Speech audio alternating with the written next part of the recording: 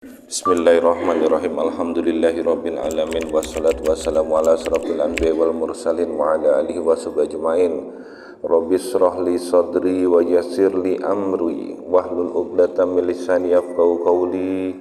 Rabbi zidni ilman warzuqni fahman. Subhanaka la ilma lana illa ma 'allamtana innaka antal alimul hakim. Amin amin ya rabbal alamin. Semoga Allah memberikan kesehatan, keberkahan kepada kita yang hadir di Masjid Baitul Anwar yang kita cintai ini, di tempat penuh rahmat, di mana malaikat berkumpul untuk menyaksikan hamba-hambanya yang berada di dalam majelis ilmu. Kita akan teruskan kitab Nashul Ibad, nasihat-nasihat bagi para ahli ibadah. Kita kemarin sudah membahas tentang nasihat yang kedua. Sekarang kita masuk kepada nasihat yang ketiga. Bismillahirrahmanirrahim. Wal maqalatu tsalitsah. Dan makalah yang ketiga, an Abi Bakrin Siddiq radhiyallahu anhu, man dakhalal qabra bila zadin. Dari Sayyidina Abu Bakar Siddiq radhiyallahu an, siapa saja yang masuk kubur tanpa bekal, ay minal amali sholih, yakni berupa amal soleh, faka'annama rokibal bahro bila safinatin, maka seakan-akan ia mengarungi lautan tanpa perahu. Ay fayaghriqa gharqan la khalasalahu illa bimay yunqidhuhu, yakni maka ia akan tenggelam dengan upaya dia berenang mengarungi lautan tanpa perahu tadi. Berenang, coba kebayang samudra yang demikian dalamnya diarungi tanpa apa-apa, tanpa membawa apa-apa, nggak ada pelampung, nggak ada kapal, berenang aja. Kalau saya mah cuman 100 meter udah naik betis tuh. Udah keram, ya kan? Tau-taunya udah dicaplok kayak sama ikan hiu, hap aja, udah kira-kira udah nggak selamat, kita akan celaka. Belum lagi kalau seandainya masuk kelelep, akhirnya kelelep dalam keadaan kepayahan, tidak ada seorang pun yang akan membebaskannya kecuali orang yang bisa menyelamatkannya. Kama qala sallallahu alaihi wa alihi wasallama, mal mayyitu fi qabrihi illa kal ghoriqil mugawis. Keadaan mayat di dalam kubur, kata Rasul, tak ubahnya seperti orang yang tenggelam yang perlu pertolongan. Kebayang nggak menggapai napas, enggap-enggap sambil kita panik, menggapai sana menggapai sini untuk menyelamatkan diri. Tidak ada seorang pun yang mampu menolong, yakni yang mencari sesuatu agar dapat ditolong. Seorang pun tidak ada. Nah, bapak-bapak, ibu-ibu, maknanya seperti ini. Manusia di atas dunia ini diciptakan oleh Allah, kemudian ada qadar Allah masuk kepada setiap manusia ini. Ada yang dijadikan dalam bentuk amanah. Amanah itu ada dalam bentuk abstraksi yang tidak terlihat, yaitu pekerjaan. Pekerjaannya ada yang sebagai lurah, ada yang sebagai ketua RT, ada yang sebagai ketua RW, ada yang jadi wali kota, ada yang jadi direktur, ada direktur BUMN, ada direktur BUMD, ada direktur BLUD, ada juga yang jadi kepala bagian suatu kantor. Semua itu adalah qadarullah berupa amanah. Nah, amanah-amanah yang diberikan oleh Allah Subhanahu wa taala itu dipakaikah sebagai ad-dunya mazra'atul akhirah. Dunia adalah ladangnya akhirat. Ini adalah amanah. Jabatan, pangkat, kemudian diberikan karunia dalam bentuk rizki. Jadi rumah, jadi mobil, jadi segala sesuatu. Semakin tinggi amanah itu, maka semakin besar tanggung jawabnya. Adalah merupakan suatu kesempatan bagi seseorang dengan amanah yang diberikannya itu Sudah berbuat apakah untuk agama ini? Sudah berbuat apakah untuk beramal ini? Ketika dia menjabat sesuatu, apakah dia sebagai komandan, kemudian dia mengeluarkan kebijakan yang merugikan agama ini dan cenderung untuk menjadi musuh Allah, maka dia akan merugi sekali. Maka dia akan mendapatkan bukan pahala, tetapi adalah nilai minus berupa dosa. Dosa yang lalu dicatat secara detail oleh para malaikat. Pada saat seperti ini, rata-rata orang lupa, menganggap tertipu dengan kemarin yang kita bahas di dalam bab dunia tentang perintah di dalam ibadah, yaitu tulul amal, panjang angan. Seolah-olah hidup ini akan kekal abadi, tidak akan mati. Pasti begitu. Umur sudah hampir 58 tahun, hampir pensiun, masih nyandong deui. Ibu-ibu seserian wae tah kalau denger nyandong deui. Hari bapak-bapak cemberut ieu teh. Tenaon ieu teh. Jadi kalau dilihat ya, di sini terhijab semuanya dengan namanya tulul amal, panjang angan. Sehingga lupa dari jalan yang namanya ibadah. Sehingga orang lupa untuk beramal. Seseorang lupa untuk berbuat baik yang bernilai pahala. Sampai akhirnya ketika dia pensiun, bukan pensiun, pensiun. Begitu sudah pensiun, baru kemudian dia ingin bermesraan kepada Allah, baru kemudian dia datang ke masjid. Pada saat dia sudah tidak menjabat, pada saat dia tidak mempunyai kekayaan, pada saat dia tidak mempunyai duit, baru kemudian dia menangis, merenungi tentang kehidupan dia yang selama ini menjadi musuhnya Allah. Maka jawabannya, telat. Telat. Berapa banyak yang harus kamu pakai untuk berenang mencapai ridho Allah ketika seseorang sudah tertipu oleh angan-angan dia. Rugi bapak-bapak ibu-ibu. Sedekah henteu, infak henteu, salat fardu belang bentong. Kadang-kadang 50, kadang-kadang 05, kadang-kadang 32, kadang-kadang 41, kadang-kadang 14. Betul? Kayak main bola aja, kalah dibuatnya. Ya kan? Terus udah gitu dilihat lagi waktu puasa belang bentong, kalah we. Pengennya sesuatu yang instan. Cari duitnya dikasih amanah, dia tidak amanah. Cari duitnya dari hal-hal yang haram. Korupsi, kolusi, interest. Begitu ada proyek, gua minta sekian persen. Dosa. Maka kamu seperti penghisap manusia. Ketika hal ini kamu biarkan, itu adalah merupakan amanah yang tidak kamu pegang. Habis sudah. Pada saat itu berenang menuju kepada keselamatan. Siapa yang akan datang menolongmu? Nah, sekarang ibu-ibu pulang dari masjid ini masih baca Quran, saking cintanya ke Quran. Begitu kita mati, terompah terakhir pengantar ke kubur pergi, tinggal kita berdua dalam gelap di alam kubur.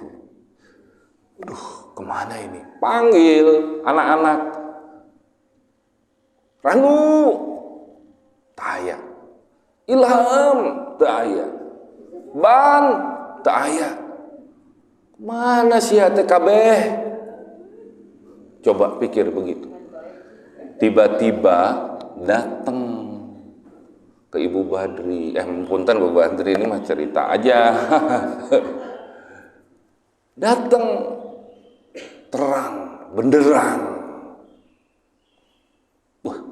Pemuda, pemudi, cakep. Kaget menghampiri kita. Terus dengan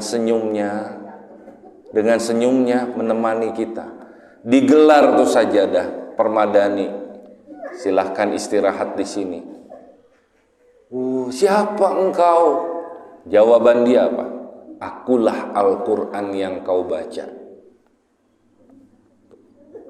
Sekarang Al-Quran cuma jadi pajangan.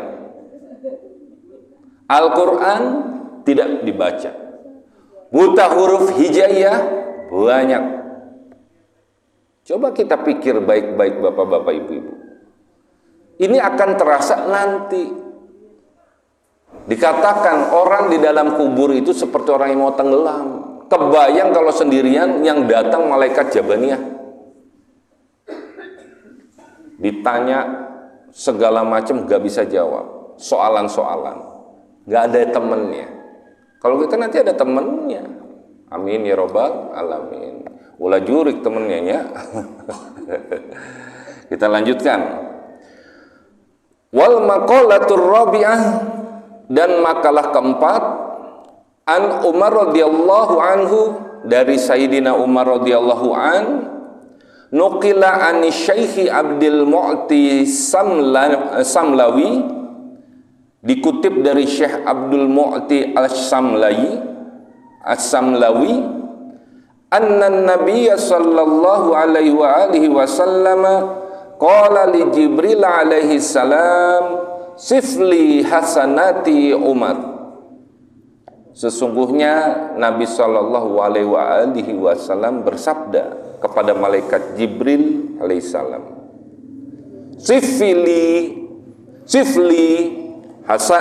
sifli hasanati Umar, jelaskan kepada kebaikan Umar. Faqala law kanatil biharu midadan wa syajaru aqlaman lama hasartuha.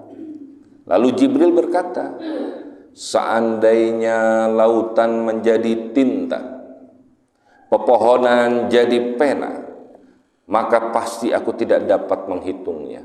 Begitu kedudukan makomnya Umar bin Khattab. Faqala sifli hasanati Abi Bakri. Lalu Nabi bersabda, jelaskan kepadaku kebaikan Abu Bakar. Faqal Umaru hasanatum min hasanati Abi Bakri. Lalu Jibril berkata, Umar adalah salah satu kebaikan dari berbagai kebaikan Abu Bakar. Artinya, bapak-bapak, ibu-ibu, dua sahabat ini mempunyai kedudukan yang sangat tinggi. Penggambaran tentang amal, perbuatan yang telah dilakukan, buah tangan oleh Umar bin Khattab kepada agama ini, membela kepada agama ini. Ketika itu sedang dalam fase untuk genting-gentingnya agama. Ketika Abu Bakar Siddiq memerintah sebagai khalifah Amirul Mukminin, pada saat itu ada Musailamah Al-Kahzab. Kalau seandainya kalah, hancur sudah. Tapi dengan gagah berani pasukan muslim bisa mengalahkan Musailamah Al-Kahzab yang pengikutnya banyak sekali. Banyak lagi jasa-jasa yang lain terhadap penyebaran agama Islam. Di sini adalah ketika Abu Bakar Siddiq memimpin, menjabat, mempunyai kesempatan yang tidak mungkin datang dua kali sebagai Amirul Mukminin. Begitu juga dengan Umar bin Khattab. Maka dia tidak menyia-nyiakan kesempatan ini untuk memperjuangkan agama ini. Sekarang, apa tujuan kita diciptakan di atas dunia? Melihat dari gambaran ini. Wa ma khalaqtul jinna wal insa illa liya'budun. Tidaklah kuciptakan jin dan manusia melainkan untuk ibadah. Kata Imam Al-Ghazali, di luar ilmu dan ibadah adalah batil. Maka jadikan tiap-tiap pekerjaan dan gerak di muka bumi ini dengan niat ibadah. Mang Ujang, bismillahirrahmanirrahim, aku niatkan ya Allah bawa truk ngangkut karenamu ya Allah. Jadi ibadah. Pak RT, aku niatkan diriku untuk mengabdi kepada masyarakat karena Allah. Jadi ibadah. Nilai dalam satu hari tidak terlepas ingat kepada Allah. Fazkuruni azkurkum washkuruli wala takfurun. Ingatlah kamu kepadaku, kata Allah, maka aku akan ingat kepadamu. Ketika Allah sudah ingat kepada kita di dalam tiap-tiap detik perbuatan ibadah kita di atas dunia, yang diberikan tadi adalah amanah seorang bapak, amanah sebagai kepala rumah tangga, amanah ente sama anaknya. Anaknya diajar ngaji ente, anaknya disuruh ngaji ente, anaknya disuruh ke masjid ente. Tunte katanya, ini semangat ya. Kalau seandainya tidak ingat itu bentuk amanah, di mana ibadahmu?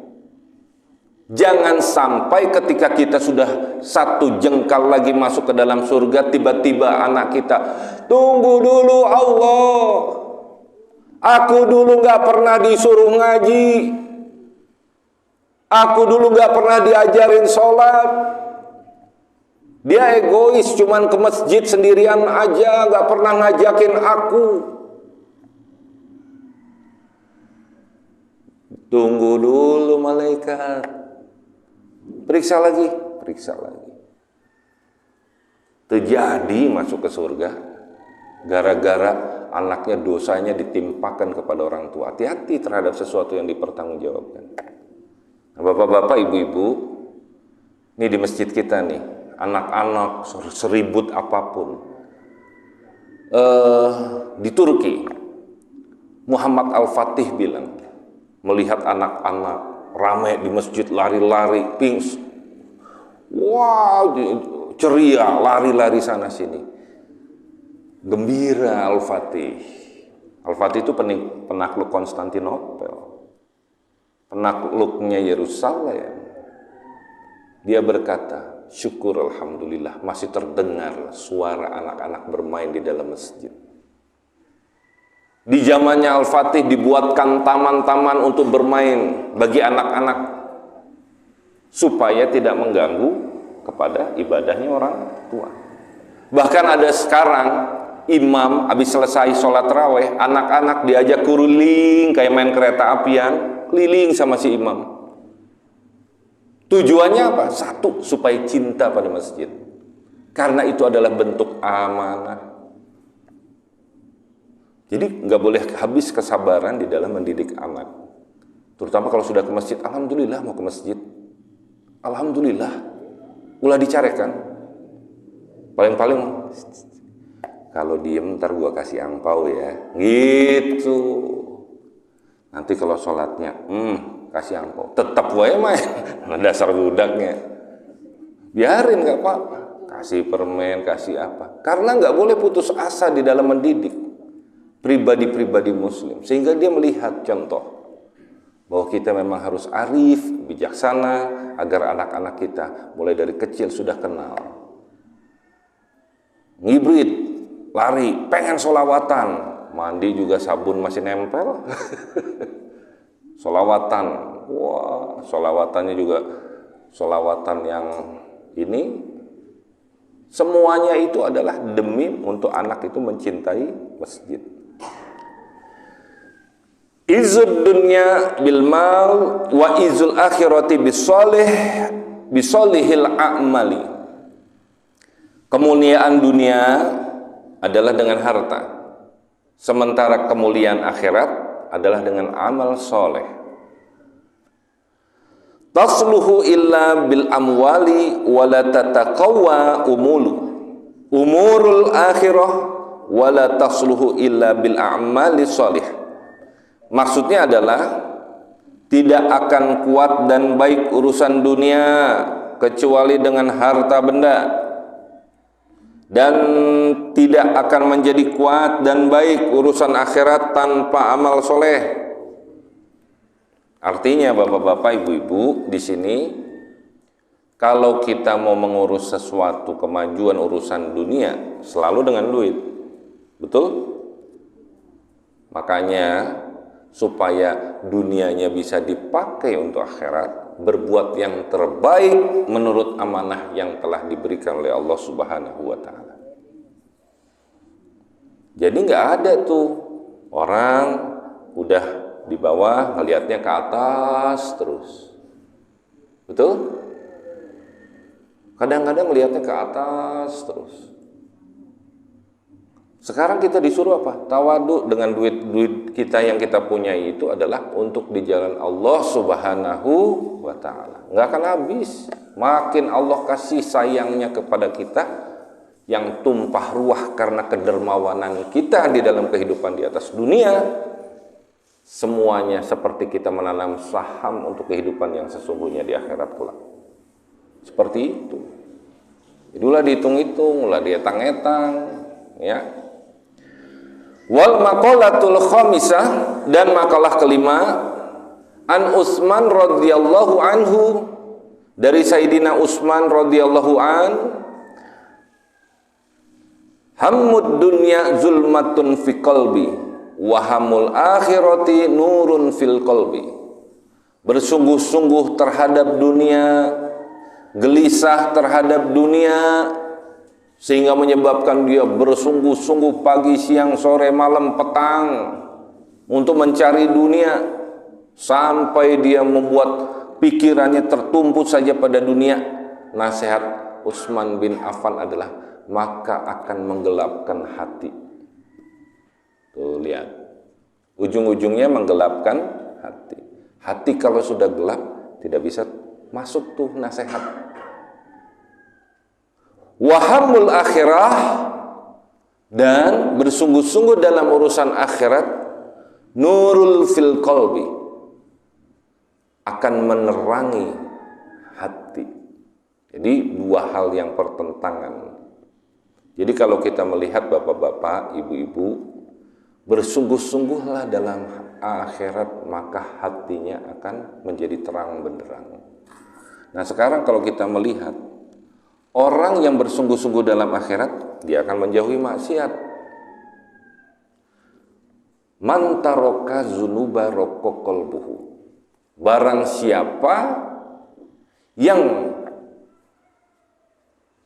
menghindari perbuatan dosa dan maksiat, maka hatinya akan lembut. Kenapa? Ingatnya sama akhirat.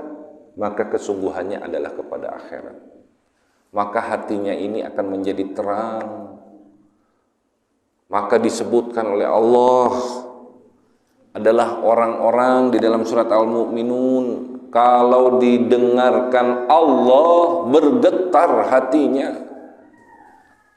Sekarang panggilan Allahu Akbar, Allahu Akbar, nggak tergetar. Apa sebabnya? Jangan-jangan orang-orang ini semuanya termasuk kita yang menelat-nelatkan sholat, nggak peduli sama panggilannya, tidak ada getaran di hati ini. Berarti apa? Hati-hati, jangan-jangan terlalu banyak maksiat di dalam diri kita, sehingga menyebabkan hati ini menjadi orang-orang yang gelap hatinya. Nauzubillah summa nauzubillah. Ayil husnu fil umuril muta'alliqah bidunya sari muzliman fil qalbi wal huznu fil umuril muta'alliqati bil akhirah sara munawwiran lil qalbi. Maksudnya adalah bersedih dalam urusan yang berkaitan dengan dunia akan menjadikan kegelapan di dalam hati, sedangkan bersedih dalam urusan yang berkaitan dengan akhirat menjadikan penerang hati. Ada orang sedih urusan dunia, kerja, target, dagang, ditarget. Targetnya bukan target ridho Allah, makanya sekarang dirubah ya. Apapun pekerjaan, mau kerja sebagai orang kantoran, apa kerja sebagai pedagang, distributor, jujur pertama. Yang kedua, targetnya adalah ridho Allah. Hasil mah kudu tawakal. Sepakat ya? Kalau targetnya, target penjualan sampai dengan 2.500.000 hari ini, kejar, wah sana-sana sini, capek, ngos-ngosan. Sementara yang menggerakkan pembeli adalah Allah. Akhirnya apa? Bersungguh-sungguh. Ketika targetnya cuma dapat 1.500.000, nggak 2.500.000, sedih. Bagaimana mau gembira? Akhirnya yang muncul adalah tidak bersyukur. Tapi kalau orang semuanya aku mencari ridho Allah targetnya, jalan bismillahirrahmanirrahim. Makanya saya pernah ketemu tuh pedagang Pasar Anyar waktu saya jadi kepala puskesmas Bogor Tengah. Saya ningali aneh dagangnya, beas, terigu, gula. Saya belanja untuk puskesmas. Pak, beli ini. Silahkan ditimbang. Dia mah diem aja. Orang tua pegang tasbih aja. Berapa kilo? Ini semuanya. Mangga dietang, nyalira, ya, dengan wajah yang senyum itu. Dietang, nggak takut dilebihin, nggak takut dikurangin. Begitu selesai, nih Pak, sekian kilo, ya sudah. Berapa duitnya? Sekian. Taruh aja duitnya di situ. Dia terus saja begini tangannya, pegang tasbih. Pedagangnya banyak, tuh pusing, tuh liar. Kenapa? Mungkin karena saya hanya bisa berasumsi kan. Dia targetnya bukan duit, targetnya ridho Allah Subhanahu wa Ta'ala. Hasilnya pembeli banyak, toko nusanes ditinggali sepi, dia aja yang ramai. Kunaon sebab yang menggerakkan hati adalah Allah Subhanahu wa Ta'ala.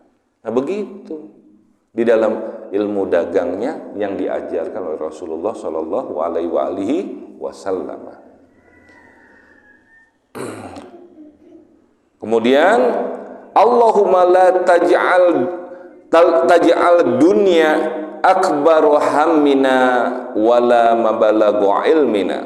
Ya Allah, jangan Engkau jadikan dunia sebagai kegelisahan kami yang paling besar, dan jangan sebagai tempat tujuan pengetahuan kami.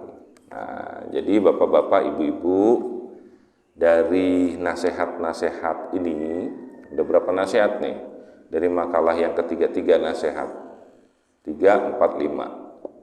Jadi nasihat yang pertama adalah dari Abu Bakar Siddiq, man dakhalal qabro bila zadin faka'annama raqibal bahro bila safinatin. Kita persiapkan diri tiap detik kehidupan kita membawa bekal dengan amal soleh. Apa saja? Ibadah itu ada hablum minallah wa hablum minanas. Ibadah kepada Allah, salat fardu, salat sunat, infak, sedekah itu adalah ibadah sosial. Lakukan ini di bulan yang baik ini, di bulan Ramadan.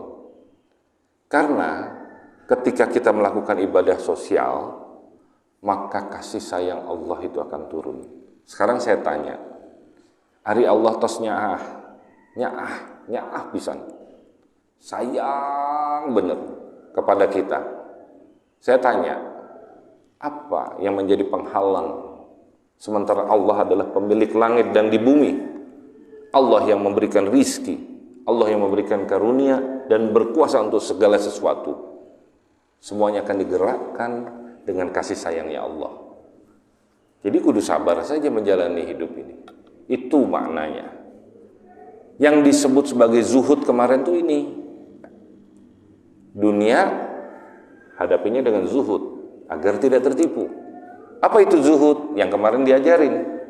Seperti kita ngelihat cara bikin kue. Kuenya bagus, bentuknya paling enak sedunia. Kemudian tapi ditaburin racun dan kita tahu ada racun di situ. Mau makan nggak? Enggak. Tapi orang yang nggak tahu makan. Nah, itu maksudnya zuhud. Sehingga kita tidak tertipu oleh tipu daya dunia. Sehingga kita merasakan, ya Allah, terima kasih Allah. Inilah yang disebut ilmu yang bermanfaat. Mari kita tutup dengan doa. Bismillahirrahmanirrahim. Alhamdulillahirabbil alamin wassalatu wassalamu ala asrofil anbiya'i wal mursalin wa ala alihi wa sahbihi ajmain. Allahumma inni a'udzubika min qalbin la yasha wa min ilmin la yanfa wa min nafsin la tasba wa min du'ain la yusma. Ya Allah, kami berlindung dari hati yang tidak khusyuk, dari ilmu yang tidak bermanfaat, dari nafsu yang tidak pernah kenyang, dan dari doa yang tidak Engkau dengarkan. Rabbana atina fid dunya hasanah wa fil akhirati hasanah wa qina azabannar. Wa sallallahu ala sayyidina Muhammadin nabiyil ummi wa ala alihi washabihi wasallim.